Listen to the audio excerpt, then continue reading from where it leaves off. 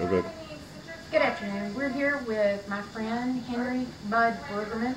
His friends call him Bud. He's a Marine, a devout Christian, a great friend, and full of information that I have been blessed to share. He has shared with me, and we have shared opinions throughout the years. Thank you for doing this with us, Bud. Appreciate it. I think you're welcome. You were you were commissioned into the Marines in what year? 1962. I enlisted. You enlisted. And then, what was it, 1965, you went to Vietnam? Yes. What was in 62, we had just gotten a new youthful president, John Kennedy, and the hopes of the nation were riding relatively high for a youthful president. How were things? Actually, I don't think anything really changed. The country sort of fell in love with the Kennedys just because they were young and they had children. And Jacqueline, she was very good looking and very pretty. So the country, things were okay. So that's where they got their name, Camelot, period. Well, Camelot is the Kennedy compound, that's from what I understood. That's just, a place that everybody was really go to. Mm-hmm. And then the unfortunate assassination of President Kennedy, and that ushered in his vice president, Lyndon Baines Johnson from Texas. Right. Now, President Johnson's political policies at the time followed President Kennedy's. He wanted to hold tight to those as history tells it. Did he stick closely with those? Well, the history of Vietnam for the United States, from what I had read and became involved with, was we had been involved in Vietnam at first helping the French with supplies and air support.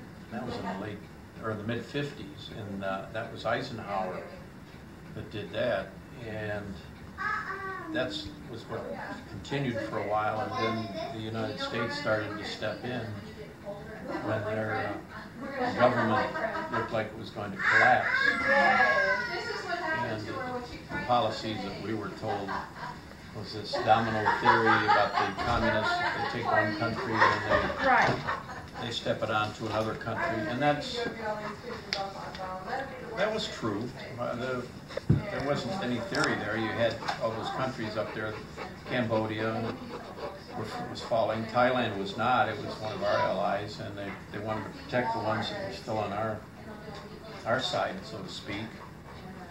So it made sense because you could see it, especially after Europe, after World War II, what happened with all those countries ending up in the communist camp. So nobody really questioned the policy because you could see that it happened. Okay. We certainly didn't. We were. So the initial the communist policy that you were referring to was the domino theory. That's what they called it here in the States, right? Was it a disillusionment because it was found to be a falsehood? No, that's the domino theory. That was used to support going into Vietnam. In my subsequent readings, the interesting part of all of it is that Ho Chi Minh wanted to be an ally of the United States, and people even went to the trouble to start to learn English to be able to do that. He really thought, because what he wanted to do the United West country, that they would be behind him. He was not a obvious socialist, communist, whatever lined up. For why reasons we kind of wrong. Now that by the really too, the Jap was at the end of World War II, but the French Chinese had come out. I mean, they had allowed to maintain The administration? French allied Germans, yeah. Okay. But after with the German, but all bet the war off and went down to for the French stations there because as they did in the those countries, and then for that cultural reason, a lot of them, they went here because they saw where the cultural material could be used. They saw people, so I suspect maybe there were more there. Because of the French had a very heavy presence in Vietnam. That's my feeling. There were 5 presidents who were back-to-back over the conflict in Vietnam, which was Eisenhower, Kennedy, Johnson, and Nixon, and then finally Ford announced the end of the Vietnam War in '75. But of all of those, Johnson's administration was the most deadly of the 5 administrations. Why would that have been? Was it poor judgment, or it could have been not caring? In 1964, a Marine general went to McNamara because McNamara was a mathematics guy, and Kennedy's brought him into the administration, from what I had read, and it's supported because of his background, to straighten out the Department of Defense economically, to cut back the spending, because that's what he did. He was good at that. And so this general recognized that McNamara understood figures. That's what he could. In '64, I can't remember the name of the general, but he provided McNamara with data that showed that if we were going to go into Vietnam to do anything at all to win that, we would need at least 1 million men. So the administration knew what they really needed to do to win it properly and didn't do it. And it was coupled with the fact that Westmoreland lied about the successes and what was happening over there, and Johnson obviously trusted his judgment up to a point. We could tell when we got there this wasn't any place for us to be, because the Vietnamese army wasn't even fighting to defend their country. There were pockets of Vietnamese Marines, and the Montagnards were fighting, but the Vietnamese army was not. What was Westmoreland's purpose in lying? Because he wanted a war? Depending on who you talk to, again, this is just reading various papers and articles and books, the industrial complex had a lot to do with it, and Vietnam became a testing ground for helicopter combat, helicopter insertions, moving troops by helicopter instead of the old methods of truck and ground. And so I think they did things that they shouldn't have done to try these theories out and to streamline them, that kind of thing. I think so. I think that was part of his motivation. I don't know that much about Moreland's back. I don't know whether he was an obnoxious man or just maybe prideful or whatever. If he was looking to make himself look good, I don't know, or it's not. He just, but he was not truthful. He said what was going on, stuff, and what didn't really came out and didn't want to hear going on. They didn't. Now, the truth was General A. Westmoreland check was given Congress for the war blank and Johnson. They both did the effort. Johnson gave he got a check for them. I think Johnson blanked a manager, but his history in politics, once he was in charge, this was Westmoreland would report to him, but if he falsified the reports or they doctored reports, we fight, into battles, and they'd inflate the numbers killed, because that made it look like we were being really successful. And it's not that we weren't successful. We were successful. And make that clear that, first of all, we did what we were told to do with lawful orders. We were not given unlawful orders to do things, and we did not do things, generally, most of us, that were unlawful. We followed orders, and we did our job, and we didn't like the way they would inflate things to go and make things look more successful than they were. I mean, American soldiers and Marines and Air Force and the Navy, we did a good job over there with what we had to work with in trying to keep politics away. Well, I know General Westmoreland was called out by General Maxwell Taylor, and he was over the Marines at that time. Taylor wasn't a Marine. Taylor wasn't? Well, he didn't want the Marines landing on sand of Denay. Oh, that was a public relations deal. Pure and simple. That's all that it was, because there was nothing.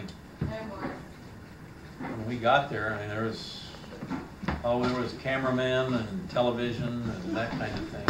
It became a shore too. Now it got serious. I mean, there was, once we got positioned and knew what our orders were and what we had to do, and started to do our job. But if they had listened to General Taylor, would it not be true to say that they could have saved a lot of money and lives? If they'd listened to that general who initially made the proposal to McNamara about what it was going to cost and men and material to do it, they probably would not have done it. They would have found a way to maybe help the advisors.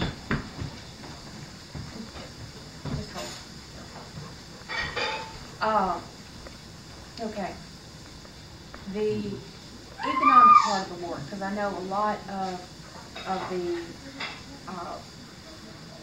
historical rhetoric that the war was strictly an economics war, or it was a political war.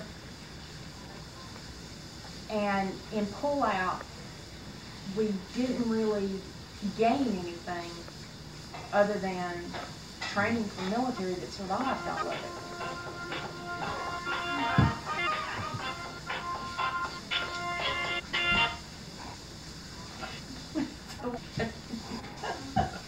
We can't stop the world from turning political. Or was it political? Was it economics? Or was it by us as Giles originally backing up French supplies? Probably that. A little bit of all of it. War generated really in the economy. Good. War is going to in the economy. So I mean, was good. Politics of it. Knowing politics of it, or from having left the plane and came to read a place, started the papers and books by people who were like we didn't know that the Marine General told McNamara in 1964 that this is what it's going to cost you to do this. We had orders, we followed orders, and it's one of those things. When I came back, I didn't like the anti-war people any better than any of the rest of the guys. I didn't face as much of that. I faced very little of people, any spitting or any of that. I tell people that it was a popular war when we were there in '65 or '6. The anti-war people really hadn't developed the momentum. So it wasn't as much for me, but once the numbers started to climb on KIs and the wounded and the rhetoric and the lack of support and the demonstrations and the way they treated the guys. Now we went there under lawful orders, all of us, whether we had enlisted or whether we had been drafted, didn't matter. We agreed to follow lawful orders, which we did, and they sent us over there. And so it wasn't our responsibility to, I don't know, to say to the general, stop. other than on a local level, if you see tactics are not going to work, you know, you had the right to go and suspend it. But we were doing a job that we got paid for, and so increasing Marine over there was the warriors and things that went over after had later as face was developed, rhetoric and thing started to have that red home and thoughts. Not so the Marines that we have, some, thank God, much. I was always maintaining pretty good discipline, but the Army was just so many draftees, and they didn't want to be there, you know, because of everything was happening at home, and it deteriorated later, and then people had a lot of thoughts about whether we needed to be there, etc. We never thought about it that way. We didn't like being there because the Vietnamese were no help at all, and what good is it to go in to help somebody save their country who doesn't want to fight to save their country? That was the way we looked at it. And that was a quote from President Johnson. If they were not willing, no, I believe it was Johnson, that stated if the Asian boys weren't willing to die for their country, why should the U.S.? Well, that's what we thought. We thought that right away. You know.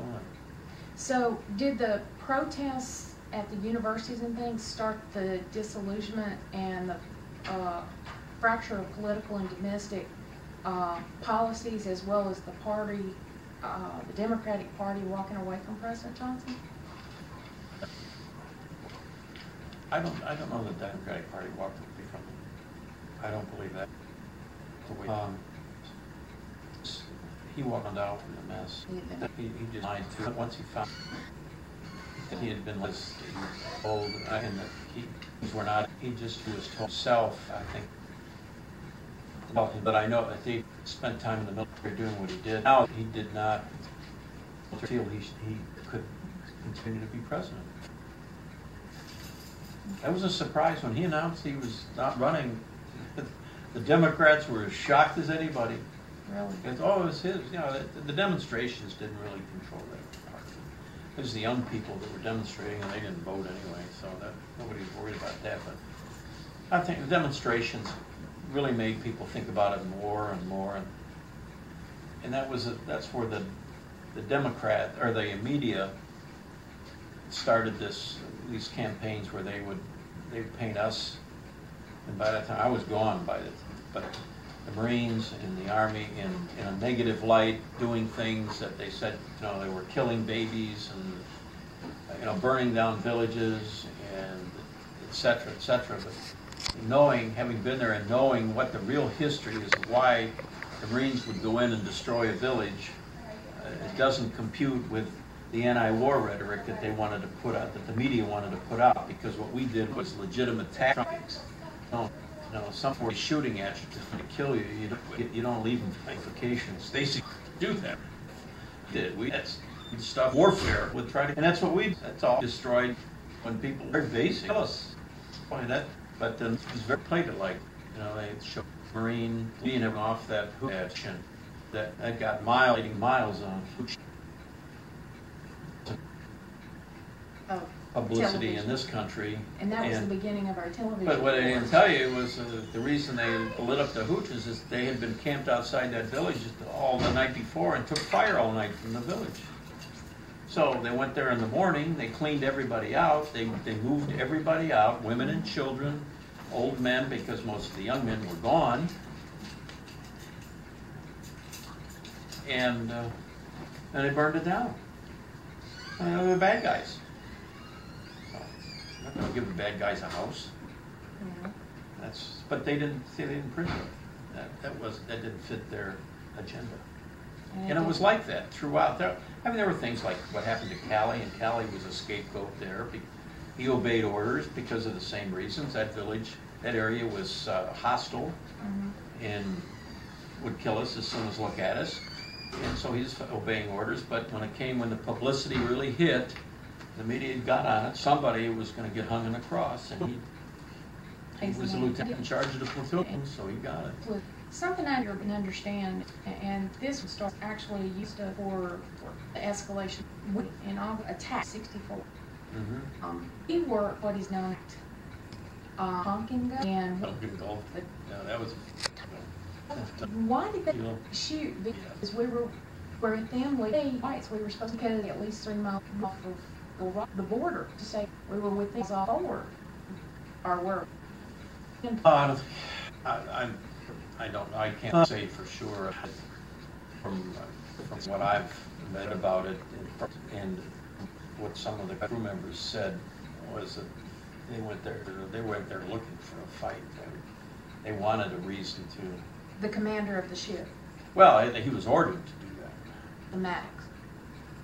All right. He was following orders, and they wanted to boost the outlay. The Defense Department did, the military people spend more money over there and try all these theories, helicopter assaults and the rest. So, and have some place to start.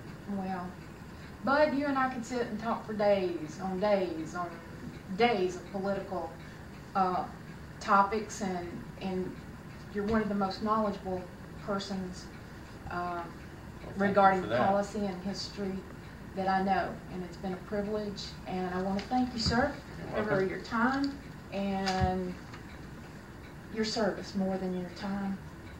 This nation appreciates it, and if they don't, we do. Oh, thank you. Thank you.